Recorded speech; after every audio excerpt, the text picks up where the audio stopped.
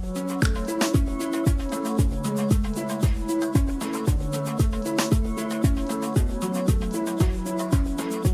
everyone, welcome to another episode of the Tennis.com podcast. I'm Nina Pantic, and my co-host Irina Falcone will be on in just a second. Today, our guest is coming to us straight from Australian Open Quarantine. Jessica Pegula is here to tell us all about what's going on in Melbourne and how she's doing her best to get ready for the first Grand Slam of the year, mostly from her hotel room. Pegula is currently ranked number 64 in the world, and she first cracked the top 100 in 2019 and would win her first WTA title that year in Washington. In 2020, she scored wins over Caroline Wozniacki, Jennifer Brady, Amanda Anisimova, and Arina Sabalenka, and appeared in the final of Auckland, losing to Serena Williams. She talks about her 2020 and what it meant to her to be inside of the top 100 when things started going crazy on the WTA tour during the pandemic. And if you know anything about the Pegula family, you know Jessica's dad, Terry, owns the Buffalo Bills, and they're having a great season, to say the very least. Here's our chat with Jessica Pegula. All right, Jessica, welcome to the show. It is awesome to hear from you. I know you're in Australia in quarantine. How are you doing? Yeah, I'm good. I'm surviving. I get to go outside for those 5 hours, so I'm actually doing well. What day is it today of quarantine? Honestly, I don't know. I think it's like 6. I'm honestly trying not to keep count because I feel like that's going to make it go by slower. I know a lot of people are doing like the countdowns, and I'm like, I don't know if I could do that just because it's like it would seem too far away. But I think we're around 6. Gotcha. So in a gist, in a nutshell, for people that don't know what's going on, what is it like to be practicing and be a tennis player competing for the Australian Open right now? Yeah, it's definitely, it's different. I think we're all learning to adapt right now in what's going on. Obviously, some players have it maybe better than others. So you kind of just have to take the hand you were dealt and sort of deal with it, unfortunately. But I think it'll be nice after the quarantine's done. There's not really any restrictions here. So it's going to be weird. We're going to go from being quarantined to being free for the first time in a year almost. Wow.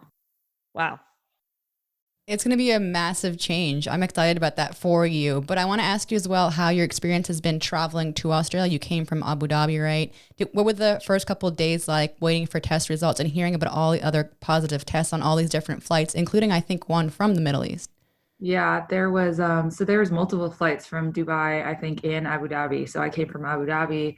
The flight the day before me was one of the positive cases, and our flight was lucky enough. Actually, our flight was left 3 a.m. Abu Dhabi time, and we landed 11 p.m. Melbourne time. And I was thinking my coach, because they booked it for us, so I had no idea like what time. I didn't pick a time really. I think you could maybe choose a preferred day. I was like, why are we on this 3 a.m. flight? Gosh, this kind of sucks. Like, and now I'm like, thank goodness we were on the 3 a.m. flight.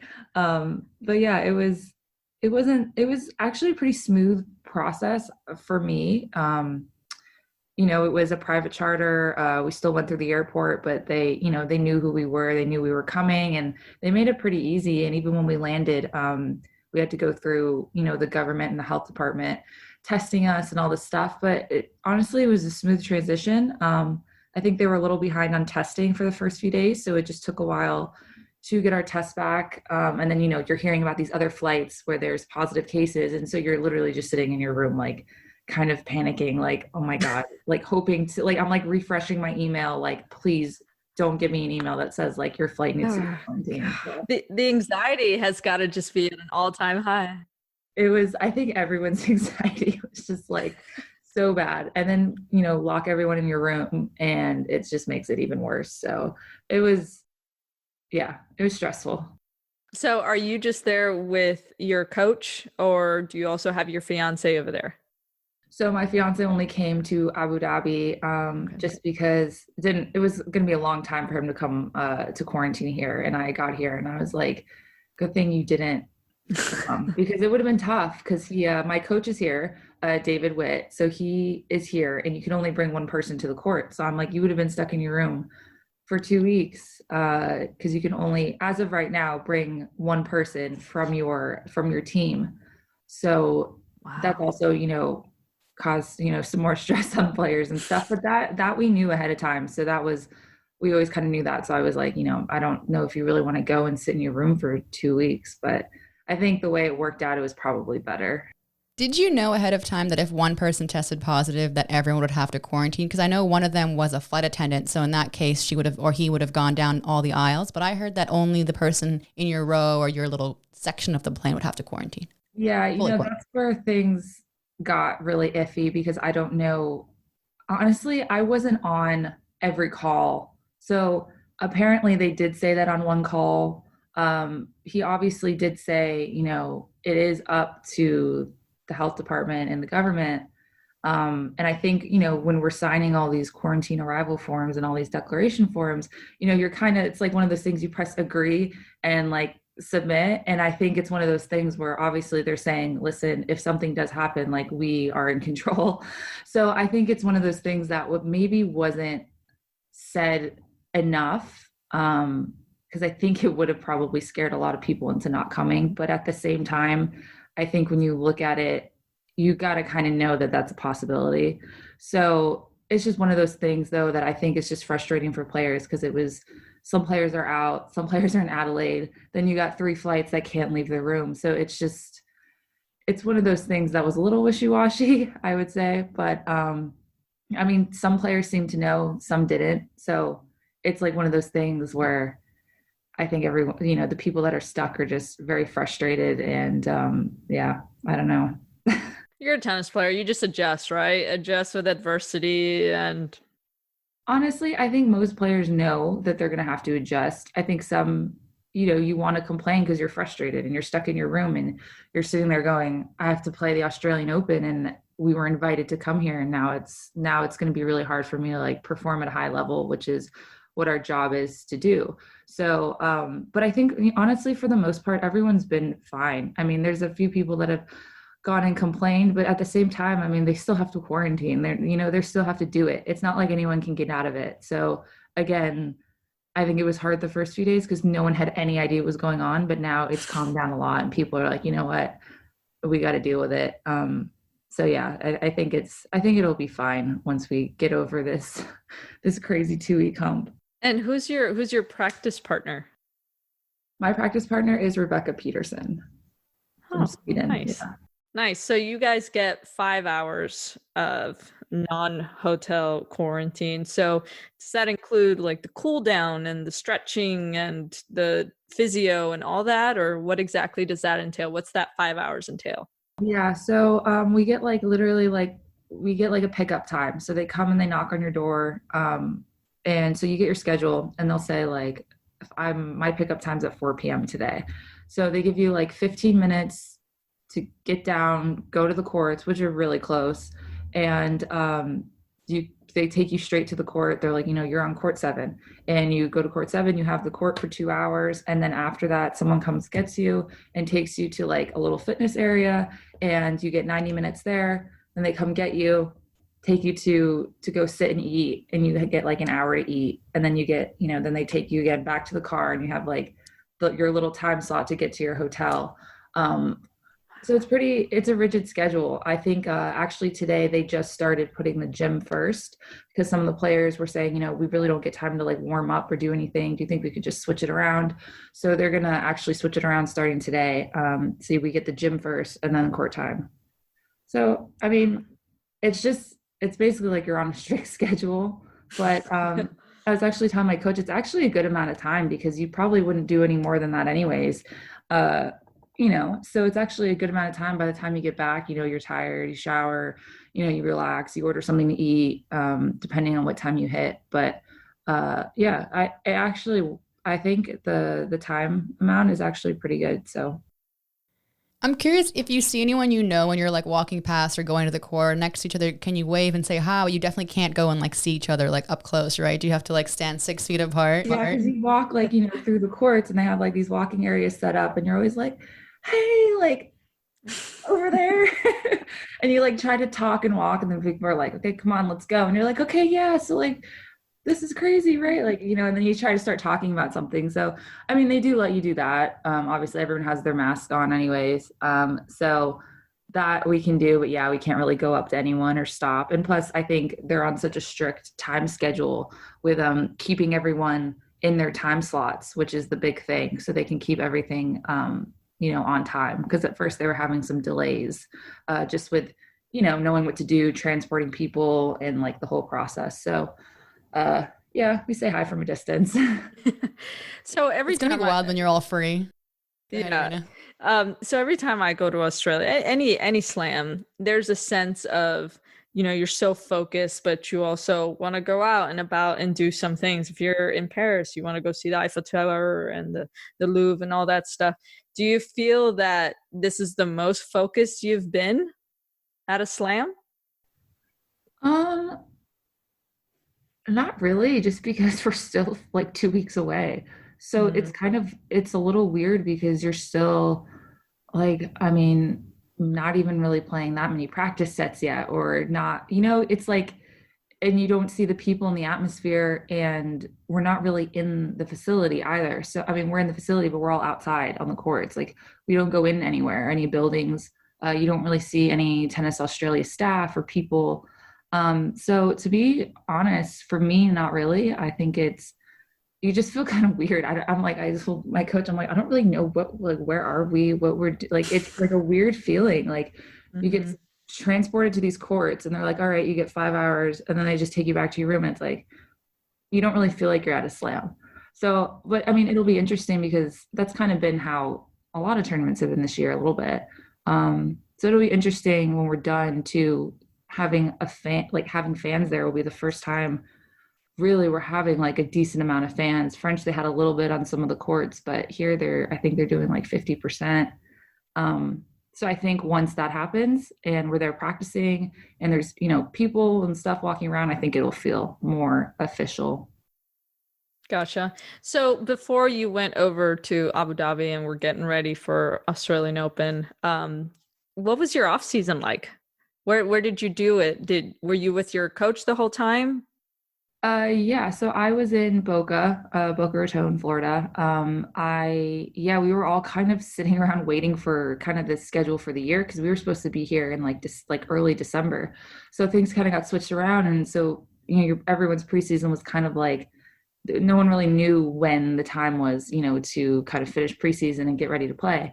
So that was interesting, but in Florida, it's, there's courts everywhere. You can train whenever. It was, you just kind of just kept training for like a few months, and we're like, okay, I'll just wait for the email, when things start happening. So honestly, that's kind of just what I did. I was in Buffalo, New York for a little bit, for Christmas and Thanksgiving. So that was nice to go back up there and come back. And that was the nice thing about them pushing this back, is that we didn't get to miss Christmas, which I love Christmas at home. So it was going to be brutal if we had to leave like, a month earlier, and miss Christmas and stuff. So I'm glad I got to be home.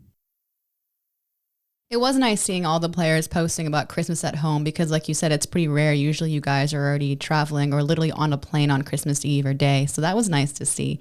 And then overall, your 2020 year, I know it was crazy and short, but you had some huge wins. And you had the third round of the US Open. Did you have time to reflect on the good things that came out of 2020 during your off season? Or did you just jump right into training for 2021? No, yeah, I definitely had a good year, and I did a good job of, making, some good results from what time we had to really compete. So that was really exciting. Of course I reflected on it, and it was a good year for me. And I think it's fun because it makes you, the motivation's there to do better next year. So it's not, I didn't feel, like, oh, okay, I lost first round.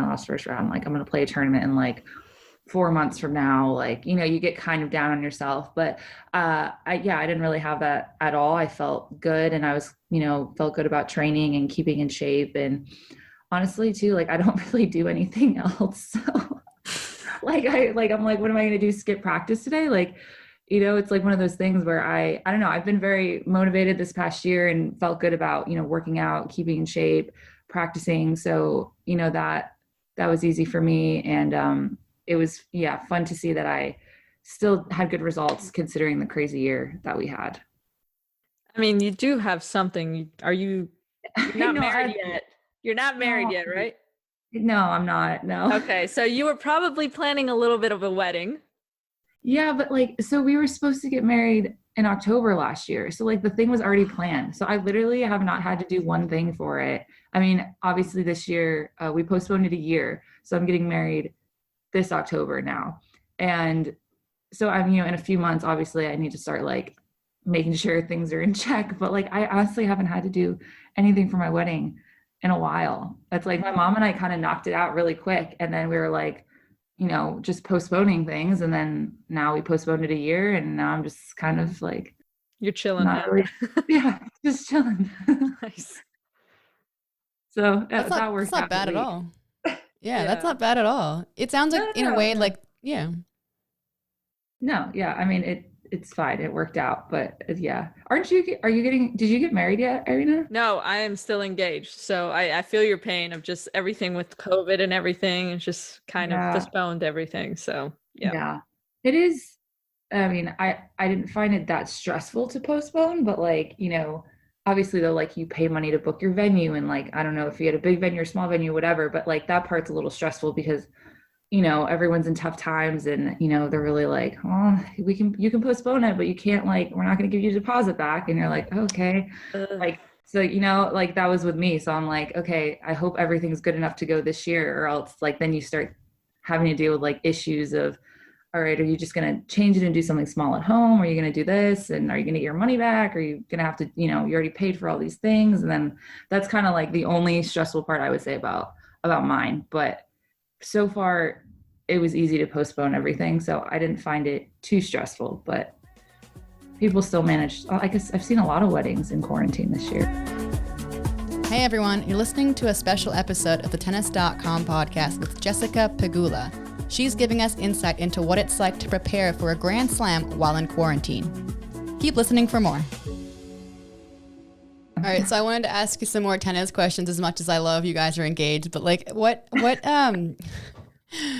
was there ever any doubt in your mind about traveling to Australian Open? You're ranked right now in the top 70, so obviously getting in was not going to be a concern, but was there ever a moment where you were like, oh, maybe I should go, or you sound like you're fully committed to this? Yeah, no, not really. I mean, I was always committed to going because, I mean, Craig and the Tennis Australia always said that they were planning on having it. So I didn't really have any doubt. I think I was a little concerned maybe about the French, just because stuff was so new and it was, US Open pulled it off, but you're in the States, so you feel a lot more comfortable than possibly having to be quarantined somewhere else. But no, I thought Australia had enough time to kind of figure things out. And even though with the strict quarantine, I was like, again, you never know what's going to go on this year. Give yourself a chance to play. Who knows? Things could get worse the rest of the year and you don't play anything for months. So for me, I was always going to play here. So we understand that with COVID and global pandemic and all that, it's kind of tough to plan for the future, as you know. Mm-hmm.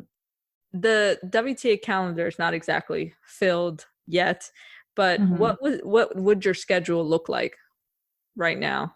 So so they added some events here. They added to try to keep like the Aussie summer schedule a little bit. It's just a lot different, obviously, this year. So they have a tournament the week before main draw starts. So they're still planning on having that. It's at the same venue at Melbourne Park. So they're going to do that as like kind of like a warm up. So I'm going to play that, then Australia, and then they added a tournament the second week of Australia. So hopefully I don't have to play that because that means I would still be in. But if not, I would play it. And then they added a tournament after the Australian Open 2, which I believe is supposed to be in Adelaide, but I'm not sure about that. So I was possibly thinking of playing that. Honestly, I signed up for like everything because then it goes into Doha, Dubai, and then I think Miami, Charleston. I think that's kind of the swing. So I would definitely be trying to play those. I'm sure not everything, depending on how I do. I'll probably give myself a week in between some of those. But I think I definitely would want to play like Dubai and then Miami, obviously, and Charleston. So that's kind of all I had in my mind for now. But to be honest, and I think a lot of the girls are just signing up for everything. Obviously, they're a little bit not as strict on withdrawing from tournaments too, because they know, we're in a unknown situation with these tournaments week to week. So it's kind of just sign up for everything. And It's got to be nice though that you're ranked high enough to get in kind of to any tournament you want to. You cracked the top 100 in 2019. What did that milestone mean to you in your career? yeah, that was definitely a big one. I think for everyone, that's a big one. It's like that, monkey off your back, like, okay, finally, like you break into the top 100. So yeah, I definitely felt like I got a lot of confidence from that. And obviously now, you try to at least stay in the top 100 or, get to top 50 or whatever your goal is. So you're always working, and it's just, honestly, I think it's just so week to week. I think you just have to have a good mindset. I mean, you could lose first round, and then you could win the tournament. Like I don't think you can really get too caught up in the rankings because things change every week. Obviously I'm glad I'm hit that top 100, like a good ranking before all of this happened, because it definitely is way less stressful. It's really, really hard seeing all these girls that are ranked outside that can't really get in, or with all the travel, you don't know if it's worth it to spend all this money to travel to go play, qualifying of one event with all the COVID stuff. And it's tough to see that happen. It's slim pickings right now. So getting to top 100 and being top 70 right now, it's a great achievement. And I'm just curious, I'm always very curious about if there was a change or something that you focused on or something that you started doing that maybe helped you catapult into that top 100 range. Yeah, I would definitely say my fitness got a lot better and I just stayed healthy. I would always kind of do well, and then I would get kind of like, okay, I'm starting to play the big events now, more points, more money, whatever. And I would get hurt or something wouldn't go right. And then I kind of fall back down, and then you got to claw your way back up. So I would definitely say staying healthy. And then I think just with staying healthy, I got a lot fitter too. So that I think definitely would probably be the main thing that I would say got me, to kind of break into that top 100 range. I was just fitter, winning more matches, winning more, free points with my fitness instead of, not being or making errors or, stuff like that. So I would say definitely the fitness. You mentioned it there though. You mentioned the next goal will be top 50. How much do you think about stuff like that? Because you are kind of inching towards it. Is that in your head? Yeah, I think it's something that, I'm not really thinking of, it's a goal, but at the same time, I think it's more a mindset. Like, okay, I know I can play with the top 50. There's no reason not to be ranked top 50. It's not like I think I've realized that sometimes we like even top 100, like you set it like to the standard of like, it's like this crazy achievement. And then you do it and you're like, okay, like it wasn't, not that it wasn't hard, but it was like, you made it seem so much harder in your head when you realize, wow, I can play with these girls. Why was I thinking like, oh my God, like someone ranked, 80 is like so much better than someone ranked 150? Because the reality is they're not that much different. Maybe it's like I said, like a little bit of fitness, maybe mentally they're a little bit tougher, but at the end of the day, like there's really not much different. Everyone top freaking like, I don't know, 300, 400 hits the ball well. Like there's really not a big difference. So I think mentally it's more just believing in yourself that you can get there, not so much stressing out about it as a goal. Hey listeners, this is an episode of the Tennis.com podcast with special guest Jessica Pegula. She's sharing all about what it's like to be a top 100 player during a pandemic. Keep listening for more. So you've been working with David Witt for a while, and I know that he's coached Venus for a very long time, and he obviously has a bundle of experience. Is there anything that he's brought to the court that you've been able to really take in, and has it helped you? Has there been anything that's really stuck out that he's helped you with? Yeah, I think confidence too, like really is a big one. Obviously he knows the way I should play, and that was always easy. Obviously you want to agree with your coach on which way you think your game should go. So I think he's definitely helped with some intangibles, just like coming into the net, volleys, off the court, defensive kind of shots, but he knows I need to play aggressive at the same time. So I think he's kind of helped added those little things, helped me with my serve, I would say a lot. And then I think the confidence too, he's just like, you can like just the matter of fact kind of like you can beat these girls. Like it's not a question, or it's not, oh, let's see what happens. It's like, no, you can beat these girls like right away from the get-go when I started with him. So I think I was kind of like, oh yeah, I think I can. It was kind of like, sometimes you just need someone to say something. It was funny because I think I've told this somewhere before, but before Washington, D.C., when I won it, whenever I won it, not last year, the year before. And that was, I think we had a week before, we just started the week before. So we were kind of still in like a trial period. And I just remember walking through the tournament and I like won my first round and there were a lot of upsets. I think like Sloane lost, Maddie lost, and like to good players, but you don't expect them to see them to go out in the first, second round. And so like, I remember him looking up at the screen or at the draw and he was just like, there's no reason you can't win this tournament too. And I just kind of like stuck in my head and I was like, I was like, yeah, I guess. I won the tournament, but it was just like one of those things where, like I said, it's kind of just a matter of fact confidence to like, you have the game, you can do it, like, and then just believing in yourself. So I think he's helped with that, helping me believe that, I can play at the top level. Very cool. Yeah, I was going to ask you about winning DC, so I'm glad you covered it yourself. And I have to ask you about the Buffalo Bills because they are absolutely doing so well this season. How have you been following them during your travels? It can't be easy. No, we were in Abu Dhabi. We got like some shady stream that we saw like most of the game, but then like the fourth quarter, it was like cutting out. So we didn't even see like all the craziness that happened at the end. And I was like freaking out. I was like, oh, this is so stressful. And then actually, luckily here, we got it on TV. It's on like, a feed through NBC or something. So it's actually super easy to watch. And then they play again, I think Sunday, but I think it's Monday morning, my time.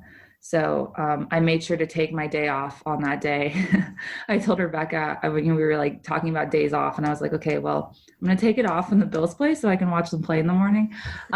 So yeah, it's been fun following, to be honest, from afar, because it's just like, we've been in quarantine. We were in quarantine, or not quarantine, but we were in a bubble in Abu Dhabi. So it's just something to look forward to, to watch their games, and they've had a great season. So, I mean, it was funny. My younger sister was supposed to come here and she was like, I don't know if I want to come anymore because the Bills are playing so well. She's like, what if they make it to the Super Bowl and I like miss it? And cause it's in Tampa this year too.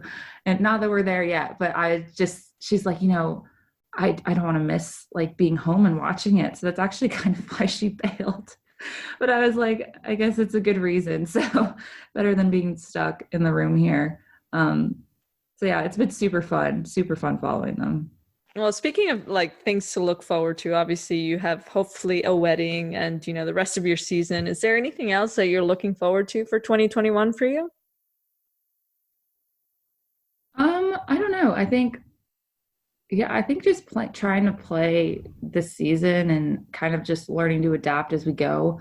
Obviously getting married is definitely one of the things I'm really looking forward to. So yeah, I think it'll be an interesting year. I don't really have any, crazy things planned for this year besides, getting married. So I would say just my wedding, and I think just learning to adapt, week to week and playing events. I'm still, really excited to be out there competing. So I think just being able to play tournaments, honestly, I'm just looking forward to it because, I mean, we played some last year, but obviously a lot less. So, definitely excited to kind of just play everything that I can and just compete because I think that's what we all want to do.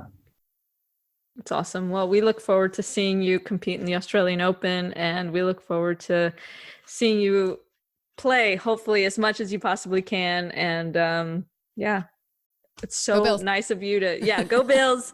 And thanks for taking the time, and good luck and try and stay sane and healthy. And enjoy being down under. Yeah, thank you. All right, thanks. Bye. From the Tennis Channel Podcast Network, this has been the Tennis.com podcast. Be sure to subscribe to stay caught up. We're available on Apple Podcasts, Spotify, and every major listening app, as well as tennis.com/podcasts. You can also see the videos of our episodes on Tennis Channel's YouTube page and tennis.com's Facebook page. We're your hosts, Nina Pantic and Irina Falcone. We'd like to thank our team, editor and audio designer and video editor Christina Koseva, producers Alexa March and Sean O'Malley, and executive producers Shelby Coleman, Kyle Einhorn, and Andy Chu.